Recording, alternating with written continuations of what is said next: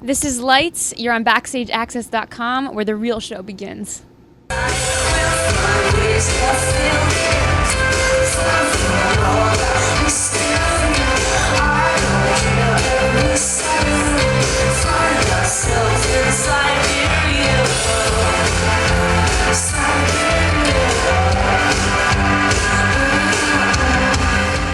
BackstageAxxess.com. We're here at Club Infinity in Williamsville, New York, with the one and only Toronto's own Lights. How you doing? I'm good. Thanks for being here with me.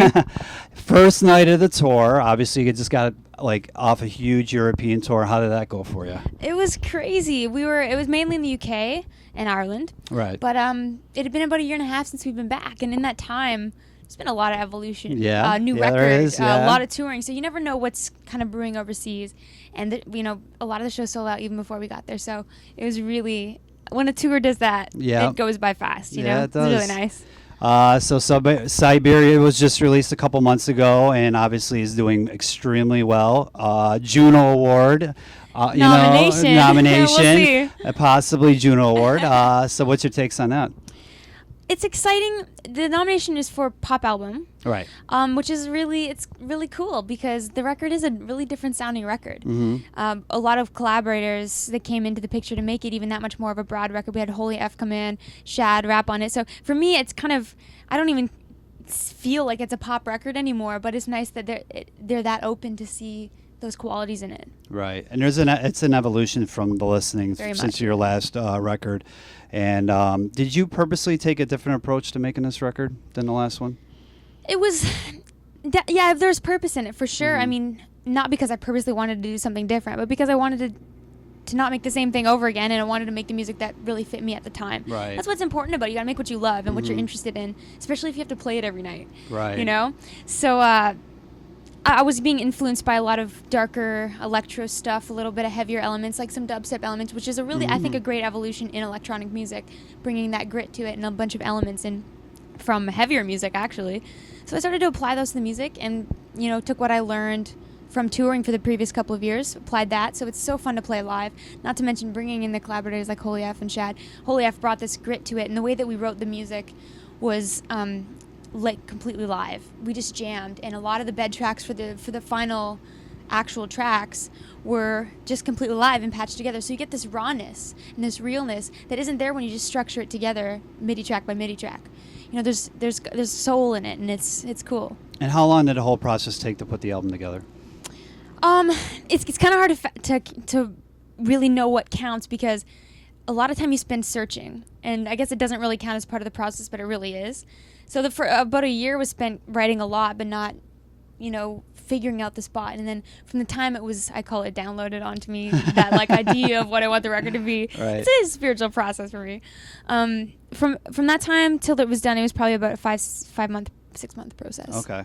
And when you put a song together, obviously you play keys and you play acoustic guitar. Do you do it off a lot of performers take a certain instrument and work off that for an idea and then go to another instrument? How do you put a song together? It is different all the time. Take a song of Siberia, for example, called Cactus in the Valley. Okay. That one was done completely acoustic, just written in about half an hour, just sitting alone in a hotel room, which was then later kind of transformed into an electronic song that fit the rest of the record. Whereas a song like Toes started with a beat and a bass line, and the song kind of is fit in over top of that. So take a one of the songs I did with Holy F, for example, Siberia, jamming, coming up with a cool melody that became the chorus line, and then fitting in lyrics over that. I mean, it depends on who you're working with and what the vibe of the song is and what inspires the song. Sometimes it's the bass line. With Cactus in the Valley, it's the lyrics. So every song was different, so it wasn't a strict process. No. It was a very organic and just whatever happened. And that's one of the things I've learned over the past couple of years. You got to kind of chameleon into different situations, and when something hits you, it's not always going to be the same form of inspiration, but you got to take it as it comes. Now the new video banner was just released. We were just talking about that before the interview, and tell us about the ideas behind the video, where it was shot, and the director and all that. Cool. Well, the director, I'll start with him, Sean Michael Terrell. This is my 5th video I've done with him, and I only have 7 videos. Yeah. So we've done a lot together, and we sort of evolve and have the same creative processes, and we just really gel well. And Banner was one of those only videos that I didn't know what I really wanted going into it. With things like, with a video like Drive My Soul, or Toes, for example, it was like, yeah, this is what we're going to do. This is going to happen. It really happened. But with Banner, all I kept picturing was a battle scene, like this really post-apocalyptic battle scene. And I kept saying that. I kept saying, well, this is what the song kind of represents to me, in this world where it seems like there's nothing left. Mm-hmm. What's going to be keeping us together? Well, the song is about love, and that's the one thing that if you burn it all down, that remains. So I think we all kind of took those ideas and turned it into something really special. The concept is loosely based on something like the Book of Eli, where Denzel Washington, myself, has something that everybody wants. And in the video, it's like a movie concept. It's hard to fit in 3.5 minutes, but it's a lot to fit in. So it's really up to the interpreter. But yeah, I'm carrying this white material, which can be representative of anything you want it to. For the song, it's love. For the video and for the storyline, it's like hope, or a clean piece of something. Nothing exists that's pure white anymore. It's everything's dirty and everything's right. So when they see that, it's like something that you've got that, how did you keep this for so long? You must be kind of special, So it's that idea of hope and keeping hope going. And we found this amazing location. This is the first time we shot a video outside of Canada. And we found this amazing location about an hour and a half outside of LA. Okay. It was an old, compound for troubled children. Okay. And it had been abandoned years and years before. So there was an empty pool, and there was all these old buildings. It was very eerie. Mm-hmm. And we got there at crack of dawn before the sun came up, and it was like it was 19 degrees Fahrenheit. Yeah. So I'm like, I came for a desert. What is this? But it was freezing all day, so you have to pretend that, you're warm. Right. But it was just a really stunning ambience for the whole vibe of the video. And having cast members, that was a first for me as well. And they were amazing. They all did a great job. They helped me act well. Like, there was a part where I'm walking up to the truck and getting in, and we had to do that a few times because I was like... Mm-hmm. So they helped me get better. Why at you're it. shivering. Yeah, I'm laughing. Growing up, who were your biggest musical influences? Like, who really said, maybe there was a certain person or a certain band that really made you want to get into music? I would have to say it's my dad. I mean, just these concepts I was raised with, teaching me to be passionate about music and teaching me the passion of music. I grew up in a lot of years in the Philippines, and there would be nights where, I wouldn't be able to fall asleep. And the minute my dad pulled out his acoustic guitar, it was like I felt at peace. Mm-hmm. And music has that kind of power, and I think I learned that at a young age, and subconsciously you want to tap into that. You want to be part of that world because it's such an influential element in life. Right. So that was probably the first big influence, and he kind of started to teach us, and us being me and my sister, and we were homeschooled, so we were able to do it one day out of the week, and we really looked forward to that. We recited poetry in front of the camera and all sang, and he would film us, and then we'd all learn instruments, and he would teach us to play by ear, not theory, because he didn't really know much theory, but he writes a ton, so you go instinctively along the way, and that's what I know. I mean, as I'm going along and experiencing touring life, and I learn more, but I'm mainly an instinctive writer and an instinctive performer, and it makes it really an intuitive process. Now, you traveled the world growing up with your parents, and do you think you bring those different cultures and influences into your music? I wouldn't say I'm as influenced by the cultures of these places I've been as much as the mind frame that I gained moving around the world, seeing countries that the people are far worse off than we are here. It opens your mind and makes you thankful for what you've got. And I mean, so a song like Siberia is loosely based on the concept of no matter where we are, we can be happy as long as you have good people around you. And it's about who you're with and not where you are. It's these little things that I picked up on along the way. Not to mention, I mean, setting me up for touring life, moving around, being mobile, not being too at odds about leaving things behind. Mm-hmm. And I don't know if your fans out there, I'm sure they all know this, but you're a huge weapons collector. Yes. Tell us about some of your prized collection, collectibles or the things that you like to maybe show off when you have friends over. Well, everything's on display all the time. It's covering my walls. Okay. my TV's about this big because I don't want anything bigger that's going to block my weapon wall. I don't know when I started collecting, but at some point I just started to buy one every time either something stuck out to me or I felt like I was moving into a new phase of my life, and I have this sort of empowered warrior woman alter ego somewhere in my mind that makes me think that it helps me, and I feel more empowered every time I get a new weapon. And now I have a pretty hefty collection. I mean, and fans have gifted me some amazing things. One of my favorite is actually a gift.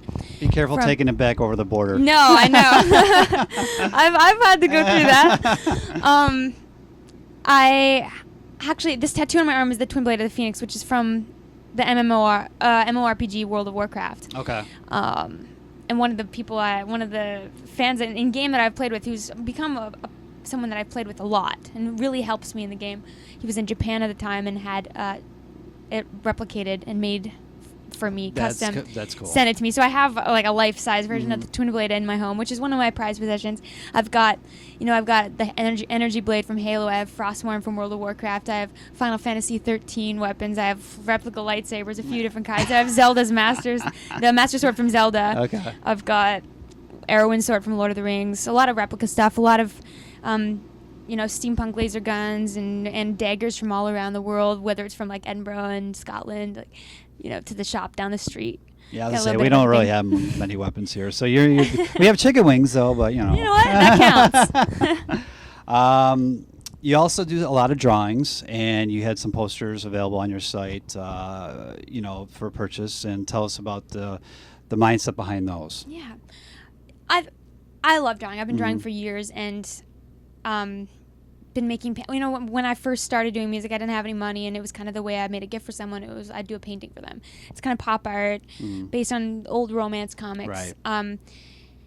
And then my manager, who I've been working with for 10 years, he's amazing. His name is Jian Gameshi, and we kind of are on the same wavelength, so we trust each other a lot. And I mean, it was his suggestion. This is a side train. His suggestion that we do the thing with Holy F. It was like, this is what you want. Let's try this collaboration. It's those kind of things that we work on the same level. And one day he's just like, why don't you release some of these paintings? He was one of the first I'd made a painting for, and he has it in his foyer. Okay. And he said, why don't you try putting this? It's really special. So I started making a couple. And we'd make a limited edition run of about 400 prints of each, and never make them again. So it's something special for people to have. And I've put out about 4 so far, and I'm building up a little collection of unreleased ones. So sometime I can do an art show, and they all seem to be going in a really cool direction. I have themes, and I just love it. It's another way to exercise creativity. And I'm a comic fan, and I'm a fantasy sci-fi fan. So being able to go into other worlds and use your abilities in other ways. Yeah. So is these strictly like available only online? Do you have these at your shows? They're only online for Okay. now. I mean, I don't know if I'm going to someday branch out into making, taking them out and doing art shows or anything like that. But there's only 400, and they don't travel well. It's hard to take out a whole bunch of nice posters, Right. So maybe someday, but for now, pretty exclusive to the web. And in case the fans didn't know this, which, like I said, they probably know this too, you have a pet tarantula. Yes, And Lance. Lance is his name? Yes. Is he on the bus? No, you I'm had to sure leave that him? every other person on the bus would not approve. Poor Lance. Lance had to stay behind Yeah, in he's at Toronto, home. I'm assuming, right? Yeah, he's at home. And you're still based out of Toronto. Yeah. Okay. This is the first night of the U.S. tour, and it's going to go on for a bit. A couple weeks or It's a while. I think we get back about a month from now. month? Okay. What do your fans? What can they expect from this tour? Is it going to be anything different from the European tour? What are you going to be? Any surprises? I mean, obviously, you don't want to give too much away, but kind of tell the fans out there what to expect. This is our chance to hit a lot of the cities we weren't able to hit last tour, so we haven't drastically changed the setup too much. I mean, lighting might be improving as we go, and we've added another song in since we were in the States last. So that's a new thing. And we're always kind of rotating the songs and making sure things are fresh, but mainly it's kind of a... Tonight, unfortunately, we don't have our lighting guy with us, but the lighting show is just a phenomenal part of the set. So, Okay. But it's really a show for all the senses. I mean, you're feeling the music. It's very powerful live. I've got an amazing band. One of the things I've taken a lot of pride in is keeping this. We've had the same band for It's always years. important. Yeah, and they're amazing. They hear the tracks and interpret them in their own way. So the live renditions are a little different than what you're hearing on the record, and it's big. So you're coming to see like electro rock show. Right. Great lighting and some intimate moments as well. So it's a special experience for sure. Well, you definitely want to check out Lights on the Road. Check her website at, I'll give you, IamLights.com. And check for the posters and everything else Lights on her website and her dates, obviously. IamLights.com/tour. And check her out, I'm sure, on Twitter, correct? Twitter.com/lights. Yeah, there you go. On Facebook as well, right? Facebook.com/lights. Yep. All the information on Lights, just go to those places and check this interview out at BackstageAxxess.com. Thanks for taking the time. Thank you.